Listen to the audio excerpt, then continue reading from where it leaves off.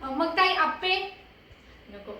मग काय बनवायचं ताई आज? चल मानसी, तुझ्यासाठी मी एक स्पेशल रेसिपी बनवते. या रेसिपीसाठी मी घेतली बारीक चिरलेली कोथिंबीर, कांदा, हिरवी मिरची, पोहे, बेसन पीठ आणि उकडलेले बटाटे.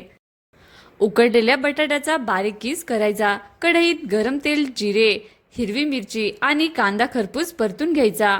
मग आवडीनुसार लाल तिखट, मसाले, चाट मसाला, हळद, हिंग आणि मीठ टाकून उकडलेला बटाटा मिक्स करायचा आणि शेवटी थोडीशी कोथिंबीर. त्यानंतर एका मोठ्या भांड्यात पोहे भिजवून आणि 5 मिनिटांनंतर पाणी बाजूला काढून पोहे चुरून घ्यायचे. यामध्ये बेसन पीठ टाकून कणिक मिळून घ्यायची.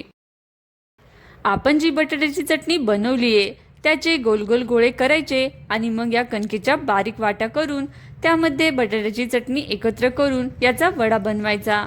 हीच प्रोसेस आपण पुढेही फॉलो केली आहे. आता आप्पेच्या भांड्यात या सर्व वड्यांना वाफ द्यायची आहे. एका बाजूने हे वडे मस्त गोल्डन झालेत. आता दुसऱ्या बाजूनेही त्यांना वाफ देऊया आणि पहा, आपली चटपटीत टेस्टी रेसिपी तयार आहे.